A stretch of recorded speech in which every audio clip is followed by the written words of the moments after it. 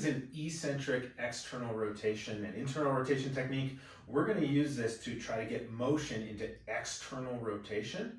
It also works as a strengthening exercise for internal rotation.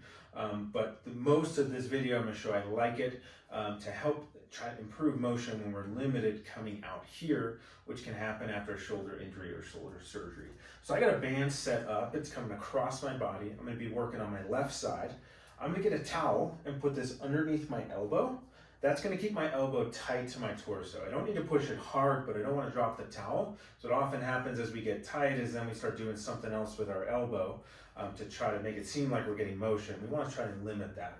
So then I'm gonna come here. I can step out to get some band resistance. Just because I'm limited where I'm filming, I'm gonna get this and just kind of lace it between my fingers. And I'm gonna start in here where you have plenty of range. I'm going to keep my wrist in neutral and elbow above 90 degrees. And then I'm just going to slowly let the band pull me until I feel a light stretch. I'm going to pause in that stretch for 5 to 10 seconds and kind of pull back in.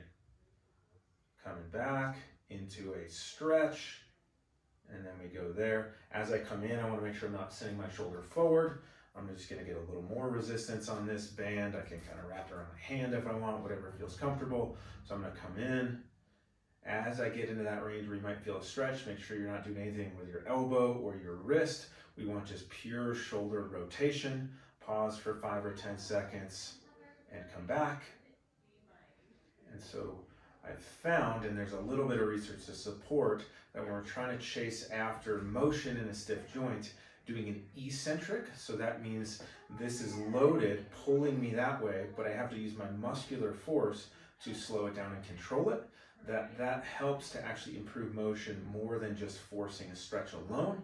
The theory is kind of that as we're going, I have control, so my brain feels like this is safe. So I get a stretch, but also some strengthening work as well. So slow and controlled, 5 to 10 seconds through this motion.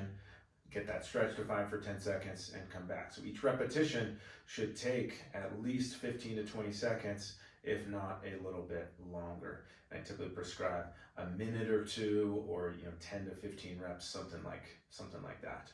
And then as this range gets more, we potentially progress this into an eccentric kind of up in here, which I have some other exercises for.